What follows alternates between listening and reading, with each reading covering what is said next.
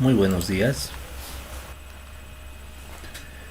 Bueno, dando continuidad a lo que estábamos viendo el día de ayer respecto al proceso constructivo y a las especificaciones técnicas, vamos a ver justamente el proceso constructivo analizando o mencionando 5 actividades durante la ejecución, en este caso la ejecución de un ítem de tendido de tubería. Bueno, en general de un proyecto, casi como resumen. Vamos a ver estas 5 actividades que serían replanteo, excavación, tendido de la cama de arena, tendido de la tubería y relleno y compactado. Para el caso de replanteo, vamos a mencionar que es necesario replantear las líneas de control, básicamente para hacer control del alineamiento y también hacer control de las pendientes. Para el caso de la excavación, pues vamos a utilizar justamente estas líneas. Vamos a hacer el control del alineamiento, al igual que en el tendido de la tubería, ¿no?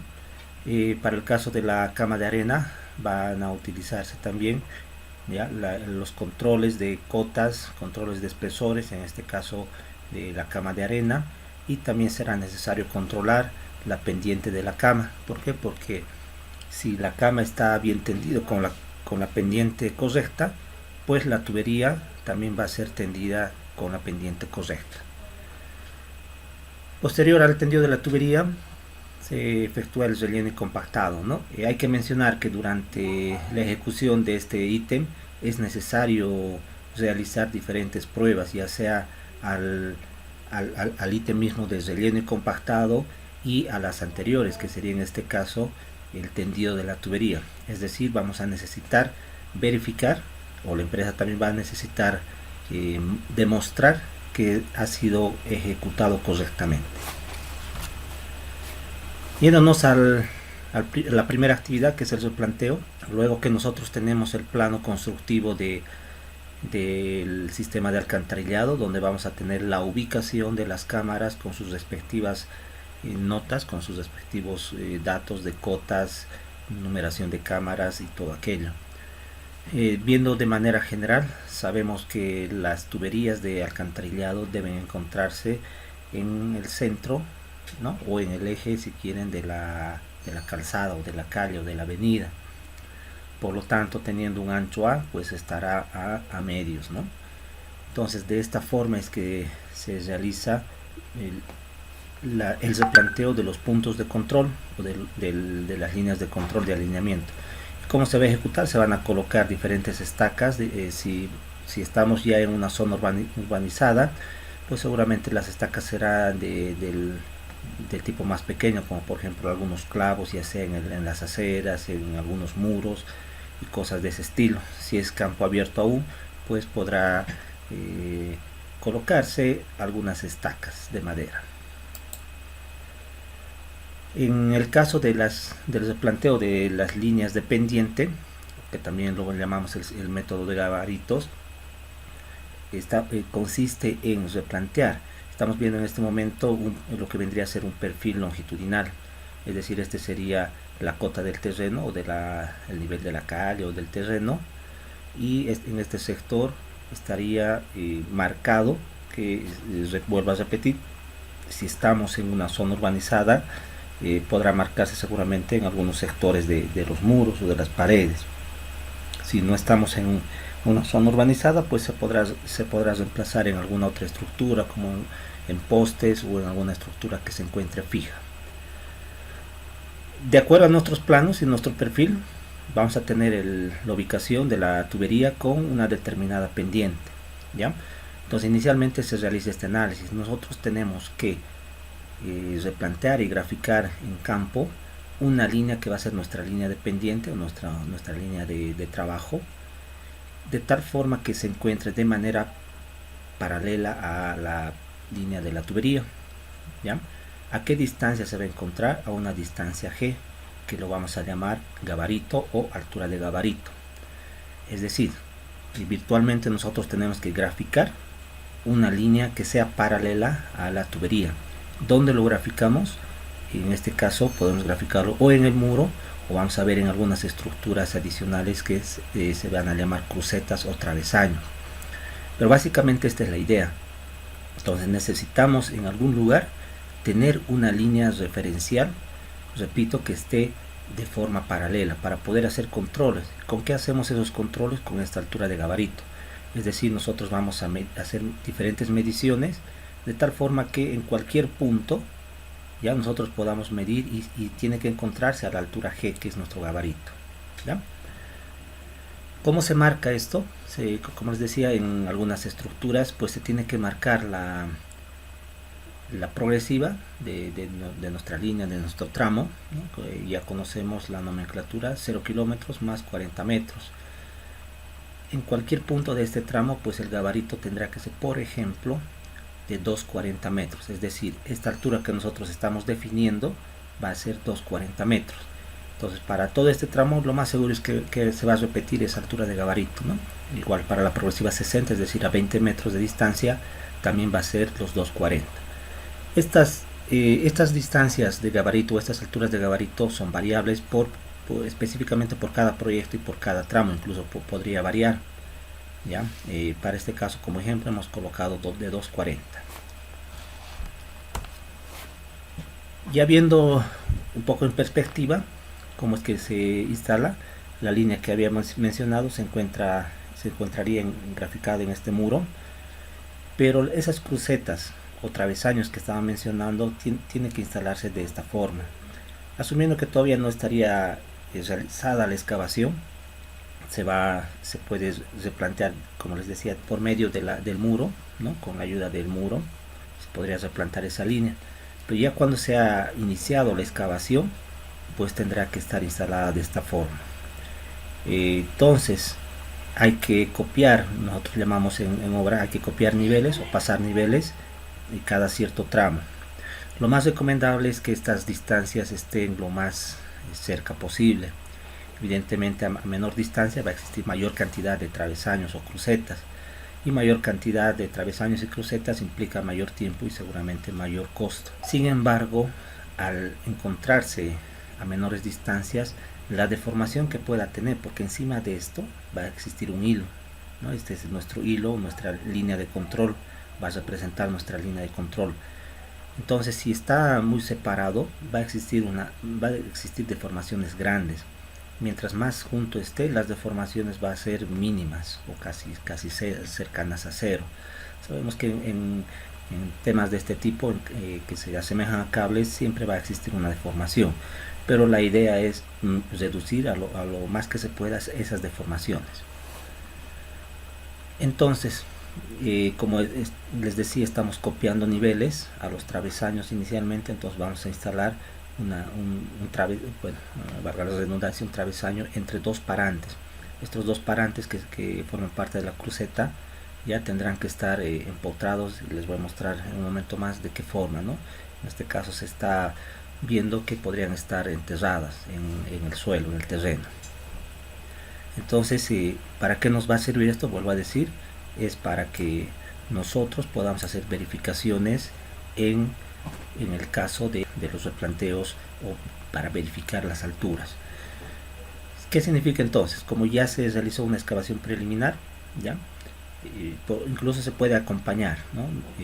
Durante la excavación también, porque no necesariamente se va a realizar el perfil hasta el nivel correcto en la primera excavación, ya sea que se esté excavando manualmente o ya sea que se está utilizando una retroexcavadora, por ejemplo. Puede que se acerque al nivel. ¿Y cómo verificar? Como ya tenemos en este caso, antes de instalar las crucetas, podríamos tener en el muro. Entonces, con algún instrumento medimos, ya sea desde el terreno, hacemos diferentes mediciones. La idea es verificar si es que ya se encuentra la excavación preliminar, por ejemplo, si es retroexcavadora. Porque fíjense, si está instalado antes de realizar la excavación, la retroexcavadora difícilmente va a poder trabajar. Y entonces esto ya se instala, se termina de instalar cuando se va a hacer el último perfilado, y el último perfilado normalmente se lo realiza manualmente, ¿no? Es decir, la última parte de la excavación. Entonces, este gabarito, como les decía, nos va a servir, ya está nuestra regla de nivel, nos va a servir para hacer esas verificaciones. Entonces, en este gabarito nosotros realizamos 3 marcas, ya realizamos 3 marcas, y esa distancia de los 240 que era nuestro gabarito, corresponde en este caso a la distancia desde la base hasta el punto número 2 o hasta la marca número 2. Pues van a existir otras dos marcas, ¿ya? La marca en la parte superior, marca 1, y la otra marca en la parte inferior, marca número 3. ¿Ya? Entonces vamos a ver en la siguiente imagen cómo es que se lo realiza esas marcas. Tenemos las tres etapas, ¿no? Como les decía, podemos realizar esta verificación en la fase de la excavación, tendido de cama y tendido de tubería. De esa forma es que se ha esquematizado las tres etapas. Pues la marca 2, que es nuestro gabarito, en realidad correspondería a la fase de la cama. ¿Por qué? Porque tiene que hacer referencia a nuestra cota solera. ¿Y dónde va a estar nuestra cota solera? Justamente en la parte superior de la cama de arena, es decir, cuando ya está tendida la cama de arena, esa va a ser nuestra superficie de inicio hasta nuestro hilo. Entonces nuestra distancia de gabarito, en este caso ejemplo de 240, pues será desde esta superficie hasta nuestro hilo, ¿no? hasta la coincidencia de nuestro hilo. Entonces de esa forma es que nosotros tenemos que verificar, es decir, si esta cama de arena, por ejemplo, que dice 10 centímetros, estuviese por ejemplo con 2 centímetros, pues no estaría coincidiendo, ¿no es cierto? Entonces esta marca número 2 se encontraría por encima del hilo. Entonces eso significa que habrá que reducir para que descienda, ¿no? También vamos a mostrar en algunas imágenes ejemplo para que se pueda entender aquello. Entonces, como les decía, la base sería esto, ¿no? Para marcar nuestra distancia de gabarito en este caso ejemplo de 240. Entonces a partir de esto nosotros nos vamos a marcar las marcas número 1 y 3. ¿Qué significa? Si nos vamos a este esquema, en la fase de excavación, ¿cómo verificar que ya se encuentra en el perfil correcto de excavación, ¿no? Es decir, antes de la cama de arena? De igual forma nosotros vamos a poder utilizar nuestra regla gabarito para verificar aquello. Entonces cuando esté en la profundidad correcta, es decir, a 10 centímetros por debajo de la cota solera, entonces va a descender nuestra regla, ¿no? Y entonces va a tener que coincidir la marca número 1 con el hilo. ¿Qué significa? Entonces la distancia entre la marca 1 y 2 tendrá que ser el mismo espesor de la cama, que en la mayoría de nuestros casos es 10 centímetros. De igual forma ocurre ya posterior a la instalación de la tubería. Sin embargo, vemos y analizamos el proceso. Después de la cama viene la tubería. Entonces para realizar la verificación, colocamos nuestro gabarito, nuestra regla encima de la tubería.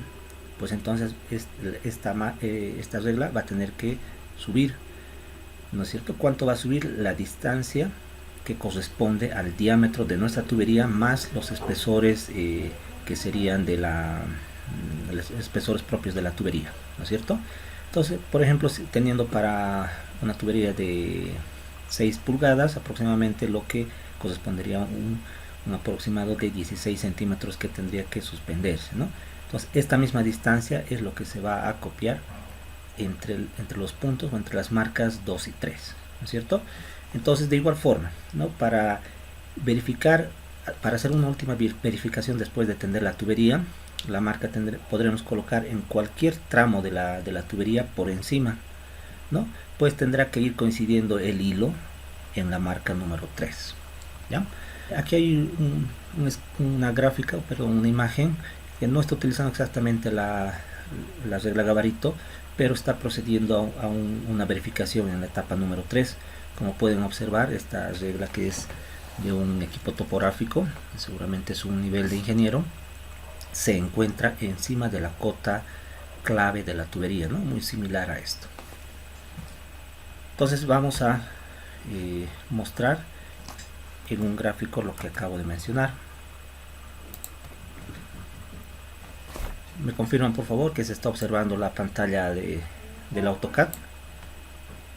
Aquí tenemos una perspectiva ya de un ejemplo en el cual se va a tener una excavación, ¿no? Entonces vamos a hacer a un lado esta porción de nuestro terreno natural, ya, en el cual se va a ver el perfil de la excavación, ¿no?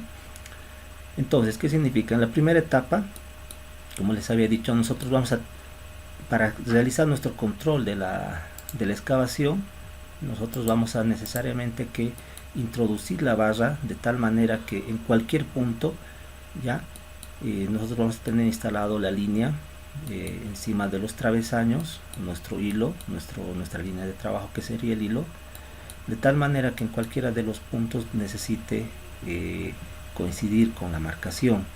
¿No? ¿Qué significa? Si yo esto lo coloco en cualquier otro punto, por ejemplo, porque la forma de trabajo es para poder verificar, entonces yo voy a tener que hacer coincidir.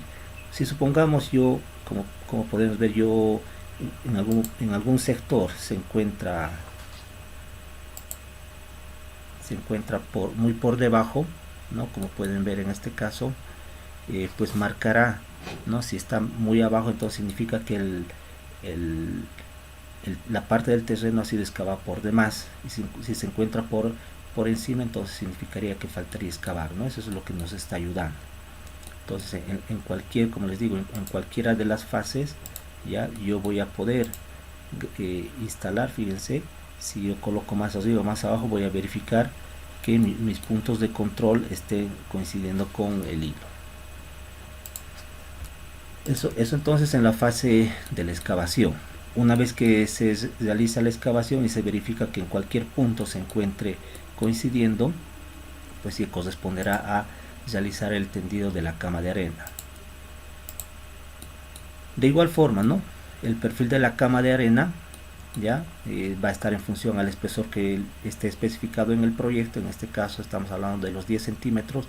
Yo podré en cualquier punto también hacer la verificación, ¿no? en cualquier sector, mientras esté ejecutando la cama de arena, ¿no? De igual forma, si yo veo que la marcación no está coincidiendo, entonces voy a saber si la cama de arena le falta aumentar o está muy por debajo de lo que está requerido, ¿no? Entonces, de igual forma, en este caso la línea tendrá que coincidir con la marcación, como habíamos visto, de la marcación número 2, que es nuestra distancia de 240. ¿Y cómo es que solo ve esta distancia de 240? Pues se verificará en cualquier punto también, que esa distancia de 240 tendrá que necesariamente coincidir, como se puede observar, ya la distancia de 240 desde la superficie de la cama de arena hasta nuestra línea de trabajo o nuestro hilo. Una vez que está aceptado ese espesor, ¿no? Es decir, el perfil, significa que esta superficie de nuestra cama de arena tendrá que estar necesariamente de forma paralela con nuestra línea de control, que es nuestro hilo, ¿no? O la línea de trabajo. Entonces, de esa forma estamos garantizando que tiene un perfil constante y además en las cotas que requiere el proyecto. Posterior a eso, nosotros vamos a instalar la tubería, obviamente encima de la cama de arena, ¿no? Entonces, ¿cómo realizamos el control? Como ya hemos visto anteriormente, realizamos o colocamos nuestra línea de control, nuestra barra de control de niveles encima de la tubería. Pues una vez colocado encima de la tubería, tendrá que coincidir con la marcación número 3. En las siguientes imágenes vamos a ver un ejemplo de aquello. Sin embargo, esto podrá repetirse, como les digo, en cualquier punto. Entonces, ¿a qué nos ayuda esto? Obviamente, de manera visual tenemos que verificar que la línea esté alineado además con la línea de trabajo, en este caso la línea amarilla. ¿Ya? Ahora, se preguntarán también cómo instalar nuestros caballetes, ¿no? Antes de que lo quitara esto, veíamos que puede realizarse directamente clavando nuestros parantes verticales. Si fuese el caso que tenemos un terreno de suelo natural, podemos instalarlo enterrándolo, y de esa forma vamos a poder instalar o clavándolo en los parantes verticales. Pero si fuese el caso que ya tenemos una vía que ya sea pavimentada, pavimento rígido, flexible o cualquier otra carpeta de rodadura ya establecida, podríamos instalar estos nuestros parantes verticales, por ejemplo, en algunos recipientes que podrían ser baldes o turriles pequeños llenos de arena, de tal forma que se garantice una verticalidad y que no que con la ejecución, con el tesado del hilo y todo aquello, esto no pierda su verticalidad, ¿no? Entonces tiene que garantizarse que nuestros parantes queden firmes, ¿no? Porque obviamente eso nos va a garantizar que nuestra línea de trabajo también se mantenga durante toda la ejecución. Otra forma también es realizar una base. Se puede realizar estos parantes de metal, ¿no? Unos parantes verticales metálicos, y de igual manera el travesaño de metal. Pues entonces tendrá que tener una base metálica, ¿no? Muy similar a lo que se está esquematizando, de tal manera que esto también se pueda transportar, pero con la misma característica que el anterior, ¿no? Esta estructura, esta base que va a tener, tiene que garantizar que no se mueva en ningún sentido, ¿no? Tiene que garantizar la estabilidad. Entonces también tenemos que ver cómo instalar esto de acá, ya, es decir, cómo verificar, cómo darle la pendiente correspondiente.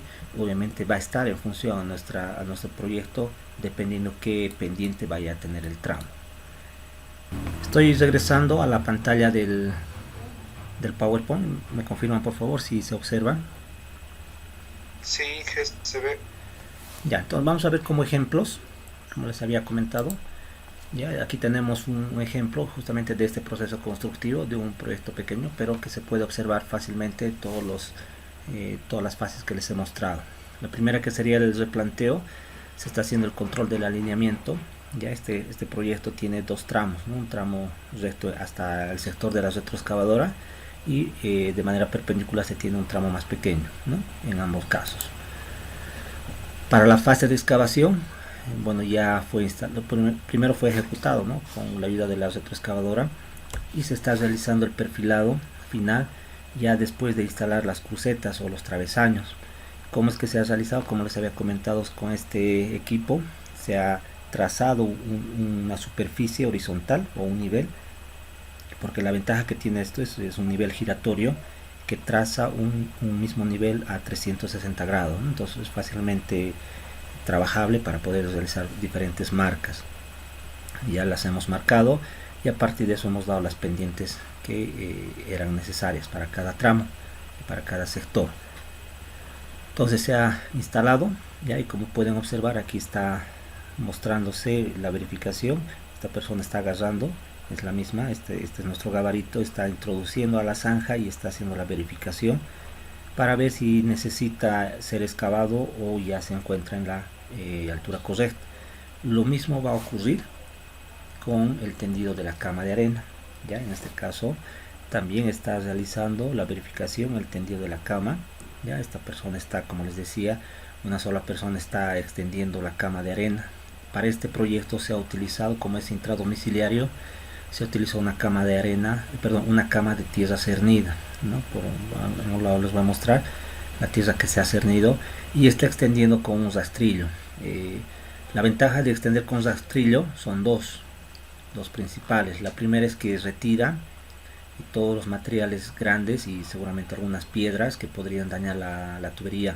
Y la segunda es que el rastrillo ayuda a extender de manera horizontal una superficie.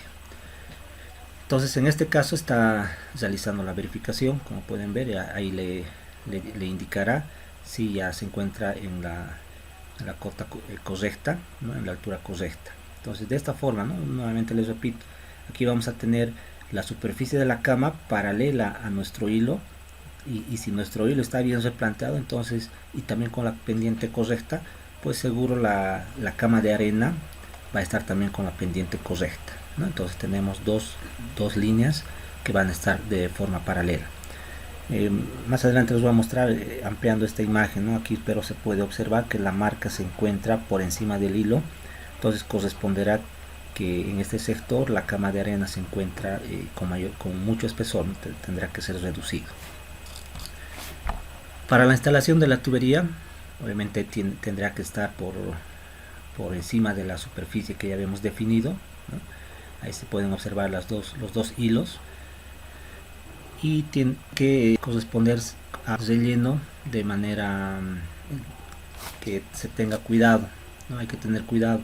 Entonces inicialmente también se está, como pueden observar, se está realizando el relleno con tierra cernida también del lugar. ¿Por qué con tierra cernida en la cama y también el relleno en la parte inicial? Porque si, como pueden observar, tiene algunas piedras que han salido y algunos terrones que han salido de la excavación. Entonces si son piedras, o si va a contener piedras, entonces en el momento del compactado, perdón, eso lo va a dañar la tubería, ¿ya? Entonces toda esta primera fase tiene que ser rellenado y compactado, y inicialmente con pisón. No tiene que ser, no se tiene que utilizar por lo menos hasta unos 20 o 30 centímetros una compactadora mecánica, ¿no? Para no dañar la tubería. Otros aspectos que hay que tomar en cuenta son los siguientes. Ya hay que tapar, ¿no? En este caso va a existir una cámara. Hay que tapar las tuberías para que no ingrese material. En muchos casos es muy común que se olviden, pues va a ingresar ciertos materiales que van a taponear o obstruir a la tubería. Entonces en ambos casos estamos observando, ahí está, como les decía, el cernido para el relleno.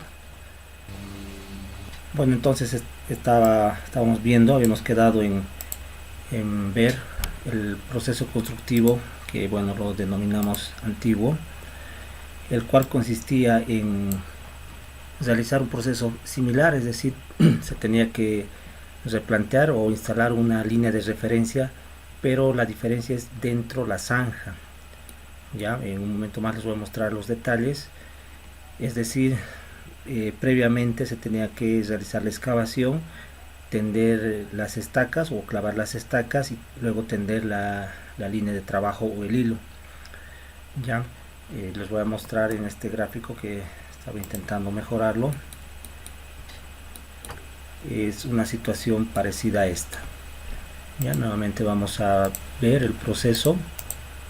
Entonces lo que se hacía es excavar hasta el nivel cercano al correcto, al nivel final de la excavación.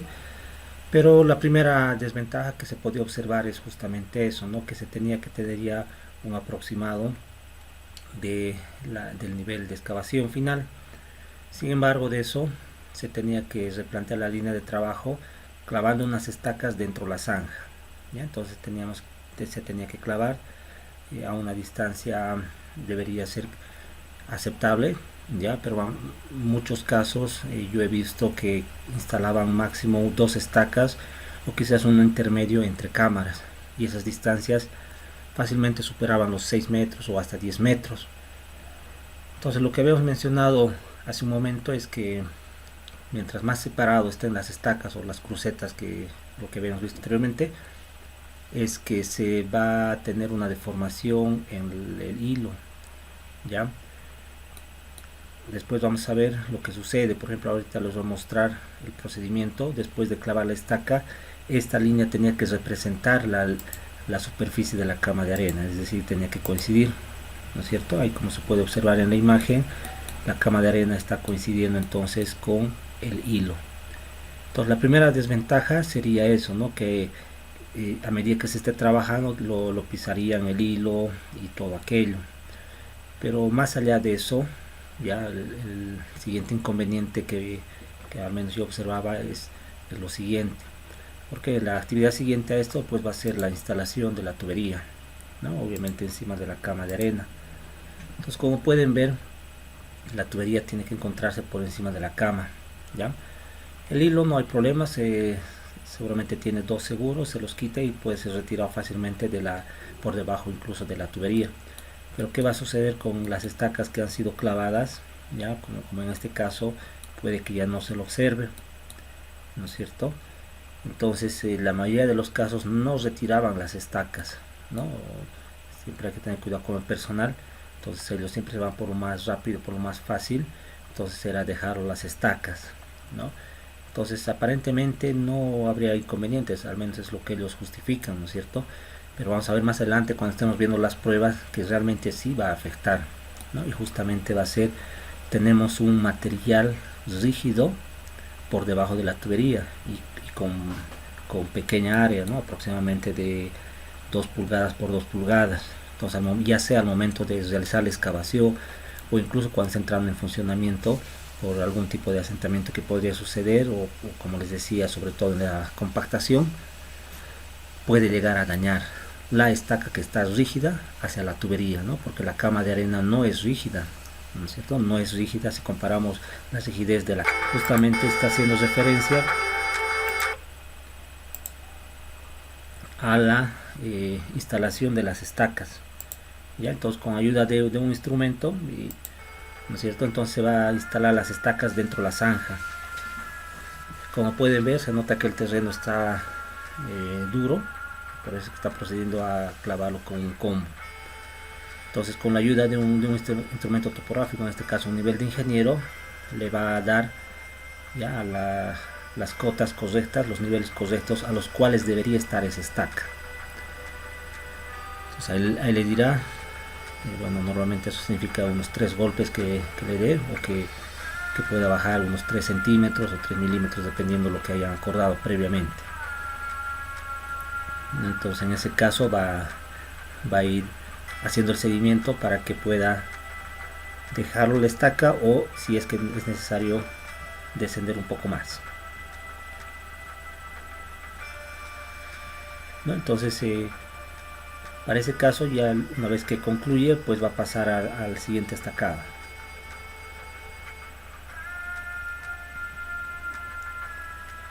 Como han visto, tiene una parte que está sobresaliendo, justamente es para que corresponda al espesor de la cama de arena, ¿no es cierto? Y ahí están viendo que va a realizar el siguiente estacado, ¿no? La colocación de la siguiente estaca.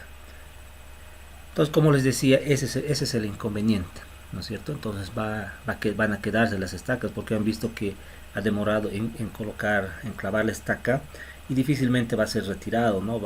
Entonces, ¿qué va a hacer? Antes de colocar la tubería va a retirar la estaca. El momento que esté retirando la estaca, va a pisar la cama de arena y seguramente lo va a remover. Entonces nuevamente va a quitar la superficie que ya estaba en nivel, ¿no es cierto? Y peor aún, si ya está instalado la tubería, lo más seguro es que ya no lo saca, ¿no? Entonces ese es el inconveniente que se tiene con ese método constructivo, ¿no? Que, bueno, lo llamamos estacas de fondo. Bueno, yo lo llamo sistema antiguo, porque, bueno, básicamente, personalmente ya no permito que lo realicen así, ya no recomendaría a nadie tampoco. Continuamos entonces con esta parte. Vamos a ingresar a lo que son las pruebas. Habíamos mencionado que el contratista necesita demostrar que la ejecución ha sido realizada de forma correcta, obviamente siguiendo con las especificaciones técnicas. Entonces, ¿dónde entran estas pruebas? ¿No? Ahora me voy a ir a lo que es el documento, ¿ya? El documento que estábamos viendo el día de ayer, que son las especificaciones técnicas. Y dentro de este documento de las especificaciones técnicas tenemos el sector donde va a estar justamente todas las pruebas hidráulicas, ¿no? Que se llaman de esa forma. En este proyecto se encuentra como un ítem, ¿no? El ítem 18 y el ítem 19. ¿Por qué 2? Porque obviamente van a diferenciarse por los diámetros de tubería. Es decir, el 18 está cubriendo diámetros de tubería entre 100 y 200 milímetros, y el 19 entre 150 y 250 milímetros. ¿Por qué la diferencia? Porque van a ver, va a depender de los materiales, ¿no? A mayor diámetro vamos a ver qué materiales vamos a utilizar. No podemos utilizar los mismos materiales en ambos diámetros de tubería. Bueno, básicamente aquí está mostrando, ¿no? La definición inicial. Dice que se refiere a las pruebas hidráulicas que deben realizarse para comprobar las condiciones de los materiales y la correspondencia del trabajo realizado con el diseño de la red de alcantarillado sanitario. En este ítem se definen los procedimientos que corresponden a las pruebas hidráulicas, y lo voy a remarcar, hidráulicas, necesarias para definir la calidad de la ejecución. Básicamente, como les decía, tenemos que demostrar que ha sido ejecutada con buena calidad. Entonces aquí hablamos calidad tanto de los materiales, que bueno, eso es fácilmente demostrable, ¿no? Es decir, el proveedor podría presentarnos, mejor dicho, los certificados de calidad de las tuberías, por ejemplo, ¿no? O si es que el supervisor los requiere, podrá ser llevado a un laboratorio donde se justamente certifique la calidad del material. Pero hablando de la ejecución y hablando de lo que remarqué hidráulico, hay una gran diferencia, ¿no? Porque en redes de agua potable básicamente se lo llama prueba hidráulica porque se realiza de forma solo hidráulica, ¿no? Neumática hidráulica, ¿no? Pero en este caso, si bien lo llaman hidráulica, pero no solamente es una prueba netamente hidráulica. Veamos lo que sucede en cuanto a los materiales y herramientas, ¿no? Vamos a necesitar un cronómetro, juego de bolas, ¿no? Bolas de madera. Entonces aquí ya nos está hablando de algunos materiales que van a depender de los diámetros, ¿no? Que tienen que estar calibrados o torneados. Tapones de retención, ya adaptados para el diámetro de las tuberías. Y el procedimiento para la ejecución. Dentro del procedimiento nos habla de 3 pruebas. La primera, que es la prueba de bola, prueba de espejos y la prueba de estanqueidad o filtración. Como pueden ver, 2 de ellos no son netamente hidráulicos, pero sí están dentro de este ítem porque sí son necesarios. Entonces, vamos a irnos a dar lectura rápida de la prueba de bola. Para este proyecto ya está mencionado que primero que debe realizarse 30 días después de haberse ejecutado o de haberse concluido la instalación.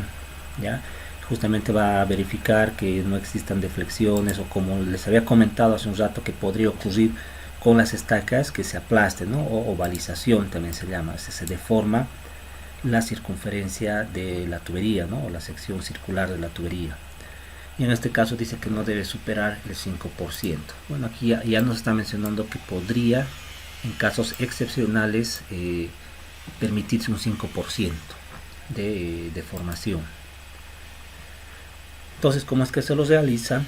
Ya se debe tener una bola torneada en madera, ya de tal forma que pueda ser utilizado. Ya en el caso de los materiales, voy a revisar si se encuentra aquí. No se encuentra, pero dependiendo el proyecto, ya dice que deberá tener una diferencia entre la esfera y una diferencia entre el diámetro de tubería, en algunos casos de 10 centímetros menos que el diámetro de la tubería, o como en este caso ya un diámetro equivalente, no, pero esto es para el cilindro mandril. Entonces de este proyecto saqué que la bola debería estar con un diámetro de 10 centímetros menos, ¿ya? ¿Y cómo es que se realiza? Vamos a ver en esta imagen, en estos esquemas. Entonces se selecciona el tramo entre 2 cámaras adyacentes, en el cual la cámara superior va a ser el inicio y la cámara inferior el final. Estamos ahorita en la prueba del haz de luz, ¿ya? La prueba de bola es la siguiente. Para la prueba del haz de luz, de igual forma se selecciona dos cámaras adyacentes, y el tramo va a ser que va a ser inspeccionado está entre esas dos. ¿A qué corresponde la prueba de haz de luz, ¿no? O del espejo también lo llaman otros? Significa que tiene que tener un observador en una de las cámaras, ¿no? O sea, un operador o un observador, y tendrá que haber otra persona que genere un haz de luz o una fuente de luz en la otra cámara, que podría ser una linterna, por ejemplo. ¿Y por qué el espejo? Porque el observador podrá estar dentro de la cámara si es que el proyecto todavía no ha sido utilizado, y además si es que las dimensiones de la cámara lo permiten, ya tendrá que estar podrá estar dentro de la cámara, o fuera de la cámara si es que el sistema ya se encuentra en funcionamiento. Entonces en ese caso va a ser sí o sí requerido un espejo, ¿no? De tal forma que gracias a la óptica pueda reflejarse a través del espejo el otro extremo de la tubería. Entonces, ¿cómo saber cuándo está bien? Si en el espejo se observa, o si se logra observar la circunferencia del inicio, que sería esta la más grande, ¿no? La circunferencia de la tubería en la parte inicial, y la circunferencia en la parte final, que sería la que se encuentra más pequeña, sería en este sector. Si ambas se pueden observar ya concéntricamente y además sin deformación, pues significa que no ha existido inconvenientes, no ha existido deformaciones considerables. Entonces, si se observa de esta forma, pues estaría bien ejecutado. ¿Dónde saber cuando se encuentra mal? Que la circunferencia no se lo logra ver ya en la parte concéntrica, ¿no? Es decir, solamente se lo va a observar a un costado, ya sea a la izquierda o al derecho, pues significará que ha sido desplazado o a la izquierda o a la derecha, dependiendo del caso.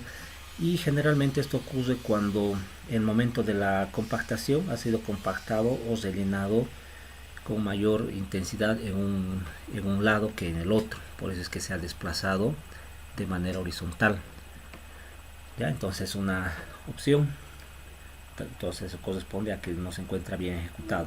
También existe el otro ejemplo, cuando está mal ejecutado, ¿no? Que podría ser, por ejemplo, cuando estábamos hablando de las estacas que se habrían quedado, entonces al momento de compactar lo ha dañado y ha deformado como un abultamiento hacia la parte superior, ¿no? Entonces ahí se va a notar claramente, puede que incluso esté concéntrico, pero si tiene deformación ya esté mostrándose, ¿no? Se puede observar. Si es de la parte baja, bueno, ya podemos casi adivinar por qué motivo ha sido, ¿no? Algún material rígido se encontró por debajo de la tubería. Si es por la parte superior, entonces seguramente ha sido lo mismo, pero con un material rígido en el momento de la compactación en la parte superior. Ahora puede haber incluso una mezcla de ambos, ¿no? Seguramente podrá estar desplazado hacia la derecha y además tener un abultamiento en la parte inferior o superior, ¿no? Entonces en estos casos también se podrá ver cuando haya sido deformado, ¿no? Como les decía, si el hilo ha sido muy largo, entonces la superficie de la cama entonces también ha sido deformada, ¿no? Entonces puede existir también esos casos, ¿ya? Entonces también cuando existe este tipo de abultamientos, cuando es muy crítico, puede incluso romper a la tubería, ¿no? Puede romper totalmente y puede ingresar material, es decir, podría taparse. Entonces en ese caso ya no se va a ver ninguna salida, ¿no? Ni deformada, ni obviamente una concéntrica. Entonces directamente no va a ser posible observar el final de la tubería, ¿no? Entonces es la prueba mediante el haz de luz o prueba del espejo también, ¿no? Si queremos comparar con nuestra especificación técnica. La prueba que ya me estaba adelantando de mencionar es la prueba de bola, donde se utiliza una esfera, una bola de madera torneada, ¿no? Y tiene que estar con la superficie lisa, ¿ya? Y además deberá ser 10 centímetros menor que el diámetro de la tubería a ser ensayada. ¿Ya? Eso es lo que nos está mencionando en las especificaciones. ¿Cómo es que se lo realiza? También se selecciona dos cámaras, ¿no? Para evaluar el tramo de la tubería entre ambas.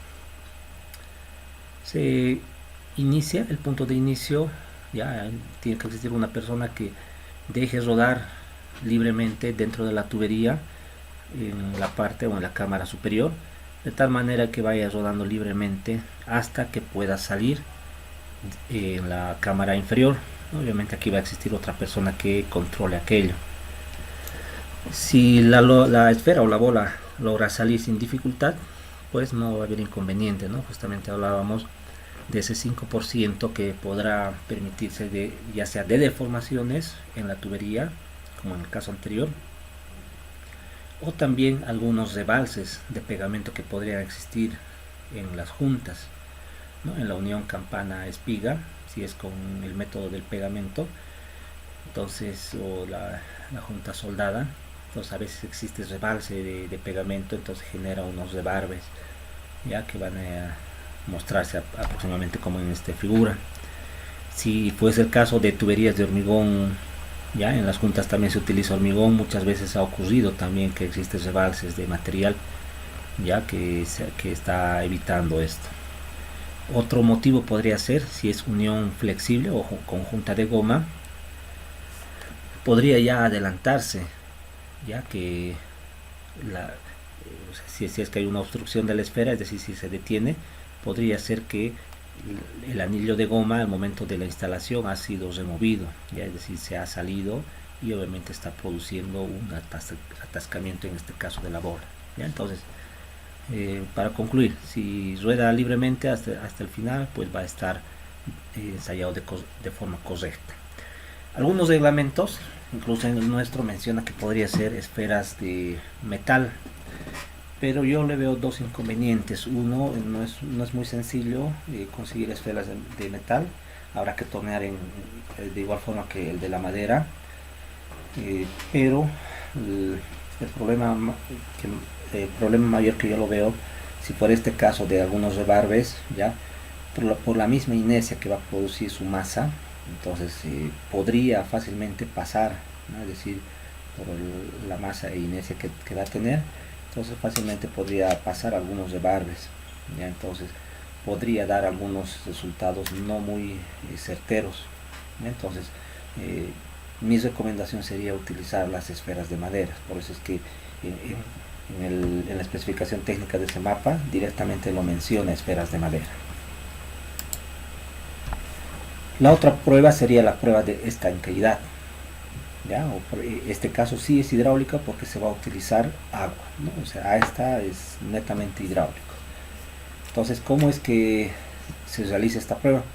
De igual forma se va a seleccionar un tramo entre dos cámaras, con la diferencia que uno de las cámaras va a ser sellado, ¿ya? Herméticamente, y en la otra va a ser después de la cámara, ¿no? Como se ve en el esquema. ¿Y cómo es que se lo sella? Se lo sella con este obturador, ¿ya? Que es un cilindro, como un globo de forma cilíndrica, y es inflado mediante aire a presión, es decir, se lo introduce dentro de la tubería, se lo infla, pues de esa forma va a sellar herméticamente, ¿no? Ambos extremos de la tubería. Entonces, ¿cómo es que vamos a ejecutar, ¿no? Se llena de agua en la cámara que se encuentra libre, se lo va a llenar de agua, y con las especificaciones técnicas que tiene el ítem, ¿no? Ahí se tiene un procedimiento, se llena, se realiza una marca, y pues durante algún cierto tiempo no tendrá que reducir ya un máximo aceptable, ¿no? En el caso de las tuberías de hormigón, pues esa diferencia de nivel va a ser más notorio, ¿no? Porque obviamente el hormigón va por temas de porosidad, va a chupar agua, ¿no es cierto? Va a adquirir el agua, entonces va a tener una cierta pérdida de agua aparentemente, pero es porque se está llenando la porosidad del material. En el caso de tuberías de PVC, bueno, eso debería ser nulo o casi cero, ya también se tiene algunos márgenes. Esta es una cámara que se sacó una imagen ya justamente durante la prueba, ¿no? Como pueden observar, el agua se llena hasta el tope de la tapa. Ahora, como pueden ver, ¿ya? Durante la ejecución de esta prueba no ha sido rellenada totalmente. ¿Por qué? Porque obviamente bueno, si bien la imagen aparenta un relleno total, no debería ser rellenado, ¿no? Máximo debería ser rellenado parcialmente, dejando las juntas visibles, todas las juntas de las tuberías. Otros recomiendan directamente no tapar, pero personalmente pienso que hay que colocar una pequeña cantidad de material para que no se desplace, ¿no? A ambos lados, a la izquierda o a la derecha de la tubería, durante la ejecución de la prueba misma, ¿no es cierto? Entonces eso sería en cuanto a las pruebas. Ahora vamos a terminar dando lectura al documento que estábamos viendo, ¿no? Bueno, ya habíamos dado lectura a la prueba de la bola. La prueba de los espejos aquí no habla mucho, pero bueno, sí está mencionando ya que tiene que realizarse, ¿no? Es más sencillo esto, como les dije, incluso se puede fácilmente realizar en sistemas que ya se encuentran en funcionamiento. También nos está dando ciertas características, por ejemplo, se puede utilizar en con diámetro máximo de 12 pulgadas. Bueno, hay ciertas restricciones para este proyecto. También dice que no se autorizará realizar la prueba hidráulica con el relleno compactado, ¿no? Como les decía aquí, en este proyecto ya está limitando, ¿no? Ya está dando los lineamientos que este ítem de prueba hidráulica no se realice con el relleno compactado, es decir, tiene que realizarse antes del relleno, ¿no? Y ahí dice que no se va a autorizar. Las pruebas de filtración, bueno, básicamente ya lo hemos mencionado. Aquí está hablando que el tramo deberá permanecer con agua a las 24 horas como mínimo, ¿no es cierto? Entonces, si bien habla pruebas de filtración, también se lo llama prueba de estanqueidad, ya es la prueba hidráulica en sí, ¿no? Está dando algunos lineamientos más, ya, y entonces tendrá que basarse la prueba en esta especificación técnica. Vamos ahora rápidamente para ir terminando esta serie de videos, la prueba de humo. Vamos a verificar. Esta es una prueba de humo que se realiza independientemente de las otras tres pruebas que habíamos mencionado, porque no habíamos hablado de esta prueba. Esta prueba consiste en introducir humo a presión ya al sistema. Obviamente puede ser por una cámara, ya por la abertura de una cámara. Entonces este equipo está introduciendo humo que genera este equipo a presión gracias a una turbina. ¿Qué va a suceder? Entonces va a fugar el humo por las cámaras, por las tapas de las cámaras, y si es que existe alguna ruptura en algún otro tramo también va a fugar. Ahora, muchas veces existen sellos hidráulicos que podrían evitarse, ¿no? A veces en algunos lugares el olor es muy fuerte, que puede sellarse, es decir, durante la prueba hidráulica también se podría lograr que no salga el humo, es decir, no salgan olores también, ¿no? Como pueden ver en este caso, en todas las tapas de las cámaras está saliendo. Eso es un buen signo en el entendido de que si es que no se ha previsto un sello hidráulico en las cámaras de inspección, pues solamente debería salir por las tapas, ¿ya? Sería crítico si es que el humo sale por otros sectores que vamos a ver más adelante, ¿no? Es decir, por lugares donde no son cámaras de inspección o no estén las tapas de las cámaras de inspección. Ya en este otro ejemplo, ya se está realizando también la prueba, pero aquí está mostrando ahora dentro de la vivienda, ya esta prueba. Ya como pueden observar, el humo se ve un poco en menor cantidad, pero sí se está observando que hay fugas. Ya en este caso en el baño no debería existir fugas, porque sabemos que se tiene el sello hidráulico tanto en el inodoro, ¿no? O en los artefactos, porque podría ser en la rejilla de piso, debería tener un sello hidráulico, ¿no? Con el sifón, o incluso en los lavamanos tienen, ¿no es cierto? Por debajo del lavamanos, como pueden ver, por la parte trasera del inodoro está saliendo. Lo mismo ocurre en este sector, ¿no? Se observa que está saliendo humo en esta intersección.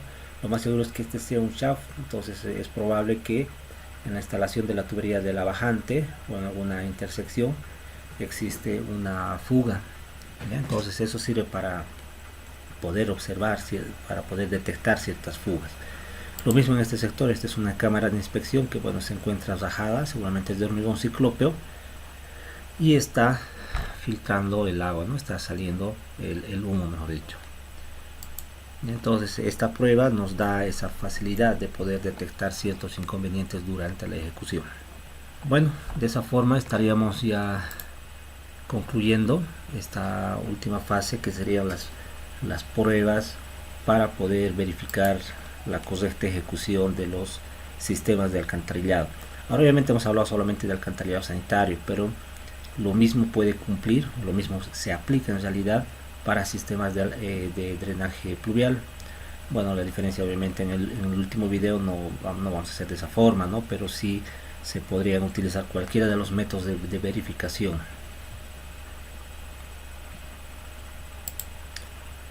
Hasta este sector, a ver, quisiera escucharles algunas dudas para que podamos ir cerrando la clase del día de hoy, o quizás ver algunas otras dudas que puedan haberse quedado.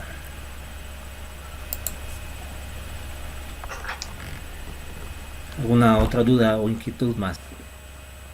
Ahí están los manuales. Como les dije, esto también va a ser publicado.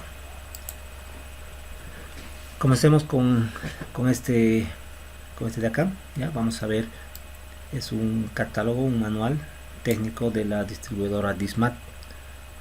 Ya, entonces en este caso nos muestra todas las características de diferentes tuberías, incluso en este caso nos está mostrando de las tuberías a presión.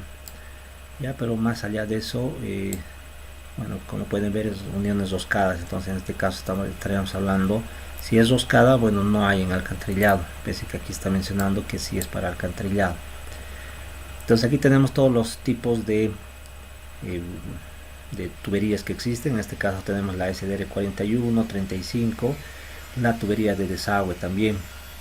¿Ya? Entonces en ese caso nos muestran para cada caso, para cada diámetro. Por ejemplo, en este caso el diámetro 6 nos muestra un diámetro exterior y el espesor de la pared ya en milímetros.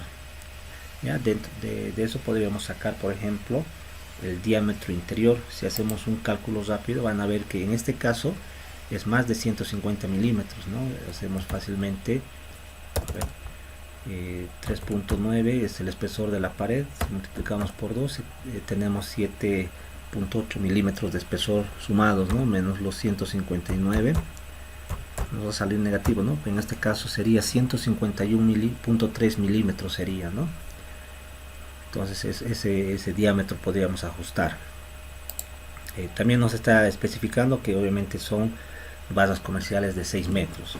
Entonces algo similar va a ocurrir, como pueden ver, con los otros diámetros. Ya si observan, en el caso del SDR 35 ya nos estaba mostrando ciertos parámetros diferentes. Ya, por ejemplo, en este caso va a ser su espesor es un poco mayor y cosas así vamos a ir observando, ¿no? Para el tema de desagüe, fíjense, su espesor solamente es 1.5 milímetros, ¿no? De la mayoría. Para el diámetro de 6 pulgadas, bueno, también es 3 milímetros, similar a los anteriores.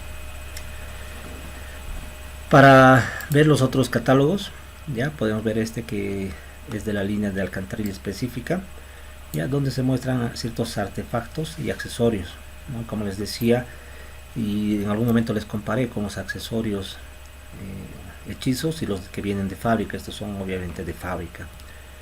En este caso son las que utilizan juntas elásticas o junta con anillo de goma, ya no utiliza pegamento. Entonces ya sea en una Y convencional o en una T, pero fíjense, esta es la diferencia, no es totalmente una T en ángulo recto, ¿no? Si es que logran observar, voy a ampliar un poco, tiene una cierta curvatura, una leve curvatura presenta en este sector, ¿no? Tiene una pequeña curvatura, lo que les había comentado, que no debería ser esta conexión a 90 grados. Bueno, continuando entonces con este reglamento, con este manual técnico de instalación, ya no, me voy directamente a las recomendaciones, porque hay ciertos aspectos técnicos que nos mencionan para poder verificar cargas encima de la tubería y todo aquello. Incluso la parte hidráulica también menciona ciertas fórmulas. Lo que más nos va a interesar es el tema de la instalación, ¿no? Nos habla de una recomendación. Bueno, personalmente no comparto realizar este tipo de excavado, pero bueno, lo que sí voy a rescatar es este esquemita que menciona que hay que realizar una compactación con un pisón, una compactación manual y no mecánica, hasta poder cubrir cierta superficie, ¿no es cierto? También vamos a ver, pues justamente aquí está mencionando, ¿no? Después de esa capa recién va a poder efectuarse la compactación mecánica. En los otros manuales, ¿no? A ver, vamos a ver, creo que este es el que abrí, no, este de acá, por ejemplo, ya está haciendo referencia específica a la forma de proceder con las uniones. Ya en este caso vemos la unión soldable o la unión con pegamento.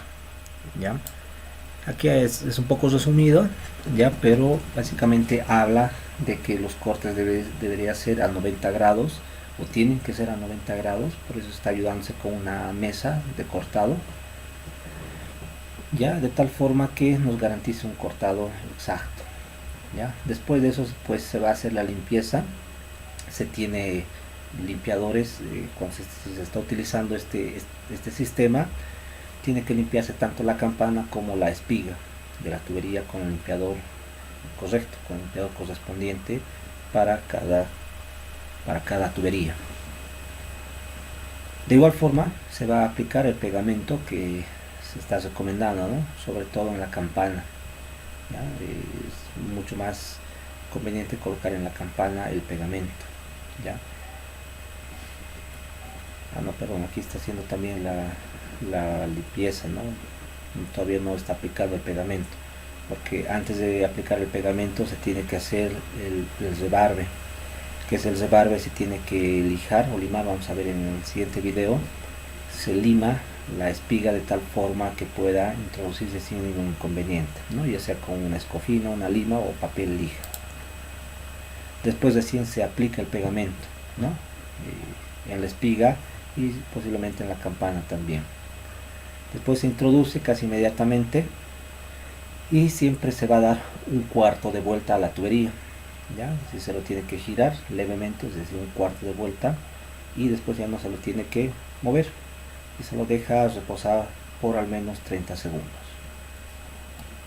Para irnos a la parte de las tuberías, ya, o en este caso del rendimiento, vamos a ver.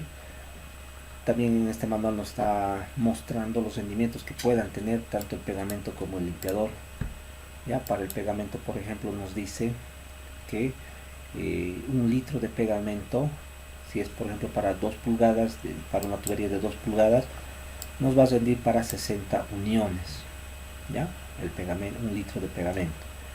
Y 1 litro de limpiador, ya, también para el mismo diámetro, por ejemplo, nos va a rendir para 120 uniones, ¿no? Entonces ahí ya nos da un parámetro que también lo podríamos verificar de una forma similar a la que hemos realizado los cálculos el día de ayer, ¿ya? Entonces, o utilizamos este valor, o si tenemos alguna sospecha o queremos ajustar, pues tenemos que en algún proyecto previamente hacer la prueba. Para el caso de las uniones con anillo de goma, ya también nos está mostrando las recomendaciones y esquemas. Si es que no se necesita realizar el corte, pues directamente se procede a limpiar. Pero si se va a necesitar cortar, cuando sea necesario cortar, primeramente tiene que limpiar, primero cortar escuadra, igual que en el anterior caso, realizar la limpieza, el rebarbe, es decir, quitar los rebarbes. Los rebarbes son las virutas que se generan y se quedan adheridas a la tubería, entonces hay que quitarlas. Pues se limpia primero con un trapo, normalmente es un trapo seco, ¿no? No se recomienda utilizar el limpiador que se utiliza en la junta soldable, porque ese está hecho a base de compuestos similares al thinner, ya. Entonces podría llegar, si es que no se limpia adecuadamente, se puede llegar a dañar la anilla de goma. Entonces, una vez que ya está realizada la limpieza, se tiene que realizar un marcado, ya en la espiga se tiene que marcar, ya midiendo el fondo de la campana. Entonces se mide, se lo marca a la tubería, ¿ya? Es decir, se tiene que verificar el marcado y recién se va a aplicar el lubricante, ¿no? Una vez que se tiene la marca, se aplica el lubricante, ¿no? Sobre todo en la espiga, y es muy posible que en la campana y cerca de la anilla de goma en realidad se tendría que colocar, ¿ya? En este caso dice que Disma dispone de un lubricante adecuado, ¿no? Obviamente es distribuidor de tuberías y tendría que distribuir también un lubricante adecuado, ¿no? Y nos menciona que es de origen vegetal. Antes de proceder al colocado de la espiga dentro de la campana, hay que alinearlo, ¿no? Las dos tuberías deberían estar alineadas, ¿no? Entonces primero se lo alinea para evitar inconvenientes con las anillas, con los anillos de goma. Si no están alineados, primero que va a ser difícil que ingrese, y si se lo quiere forzar puede dañarse, es decir, se lo puede remover, se lo va a quitar de su lugar a la anilla de goma, ¿no? Y bueno, para introducir, primero manualmente se lo introduce hasta cierto sector, y con la ayuda de una palanca en el otro extremo de la tubería, sobre todo que se encuentra en la parte superior, se coloca un listón, un pedazo de madera, con la ayuda de una barra metálica o de madera se va apalancando. Entonces esa es la forma, ¿no? En un momento más les voy a mostrar la forma de realizar mediante un video. En caso de tener que dimensionar la tubería, se recomienda utilizar una guía para que el corte sea a 90 grados. Luego, debe hacer un rebaje o bisel con escofina o rasqueta para facilitar el montaje. Recuerde eliminar las rebabas. Para iniciar el montaje, limpie bien la punta del tubo y la bolsa o campana, usando idealmente una estopa limpia o paño limpio. Segundo paso. Luego de medir la profundidad de la bolsa, marque con un lápiz esta misma medida en la punta o espiga del tubo que será conectado. Tercer paso. Asegúrese que el anillo de goma instalado en la bolsa del tubo o de la conexión está instalado en forma correcta. Enseguida aplique la pasta lubricante Tigre o el lubricante en spray Tigre en la punta del tubo y en el anillo de goma. Lubricantes que no dañan el anillo. Tigre. Quiero hacer una pausa y justamente mostrarles una de las partes muy importantes, ¿no? Ese limado que hizo justamente es para dar esta sección, ¿no? Para rebajar y que no esté dañando al anillo de goma, ¿no? Es muy importante esto. Muchas veces directamente lo cortan y lo van a enchufar directamente, ¿no? Entonces tiene que tener una buena inclinación. Que no dañan el anillo. Tigre posee tubería conjunta integrada que garantiza que el anillo esté correctamente instalado desde la fábrica. Existen otros videos que el siguiente video justamente va a mostrar eso. La diferencia con Tigre es que ya viene de fábrica, como acaba de mencionar, el anillo. Otras empresas dan los anillos por separado, es decir, dan las campanas libres y el operador tiene que instalarlas. Cuarto paso. Encaje la punta biselada del tubo hasta llegar al fondo de la bolsa y retroceda entre 5 milímetros a 1 centímetro para que la unión tenga holgura para absorber los movimientos que se producen en el sistema. Listo. Ha hecho una unión conjunta elástica en tubería Tigre de manera rápida y fácil. Como pueden ver, esta unión es muy fácil, rápida, pero también en muchos casos es fácil cometer errores, ¿no? Como les decía, uno de los principales es no realizar el escofinado. Entonces, si se realiza con las recomendaciones correctas, se garantiza una hermeticidad. En este caso estamos viendo una tubería de alcantarillado. Sin embargo, para las tuberías de agua a presión el sistema es similar, ¿no? Entonces también se garantiza una hermeticidad. Veamos el siguiente video.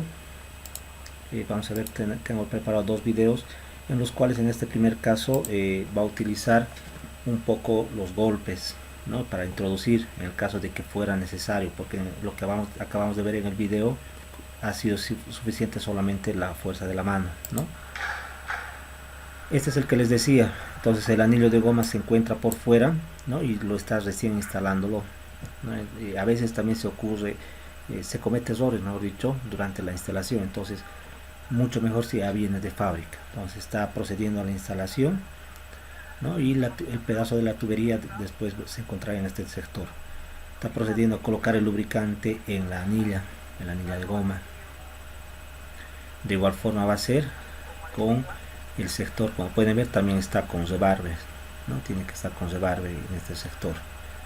Está reducido con una lima o escofina. Coloca el lubricante, ¿no? en el sector y ya tiene la marca máxima hasta donde tiene que llegar, ¿no? Esta marca corresponde hasta la longitud que tiene del inicio de la campana hasta el final. Entonces coloca un trapo, pero mucho mejor si es una madera, ¿ya? Y con ayuda de una palanca, o en este caso va a realizar unos pequeños golpes. A diferencia de realizar este pequeño golpe que podría dañar, ¿no? Es mucho mejor palanquear quizás. Ya todo eso va a depender de la característica que tenga el diámetro de la tubería, ¿no? Obviamente por el peso. Y estos últimos, ya este de acá, es para tuberías de mayor diámetro, en el cual va a ser necesario un tipo tecle que ayude a empujar, ¿no? O se puede palanquear desde el final de la tubería. Entonces vamos a ver rápidamente este ejemplo. Tiene que instalarse en la campana, tiene que apretárselo tanto en la parte de la campana como en la parte de la espiga. Se van a ajustar esta herramienta que sirve para generar un desplazamiento. Entonces está mencionando que tendrá que asegurar, ¿no?, a la tubería. Voy a adelantar un poco. Entonces una vez que ya se encuentra, bueno, obviamente ya hemos pasado la parte donde se ha colocado, no muestra en este video donde coloque el lubricante. Directamente está mostrando desde la fase donde va a arrastrar el tubo para introducir dentro de la campana, ¿no?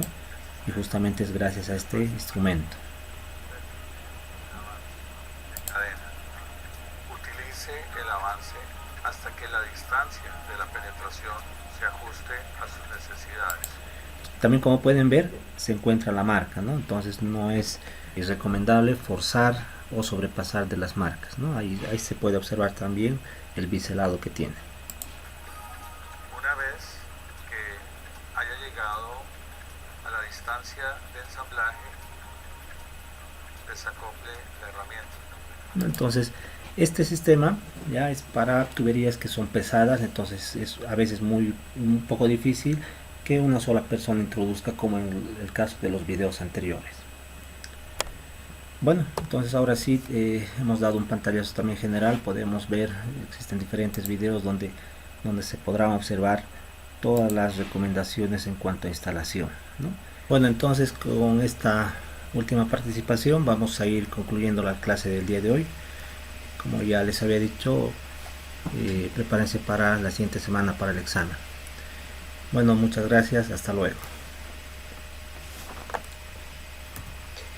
Gracias a usted, Inge, hasta luego. Gracias, ingeniero. Hasta luego. Hasta luego, Gracias, Ángel. hasta luego.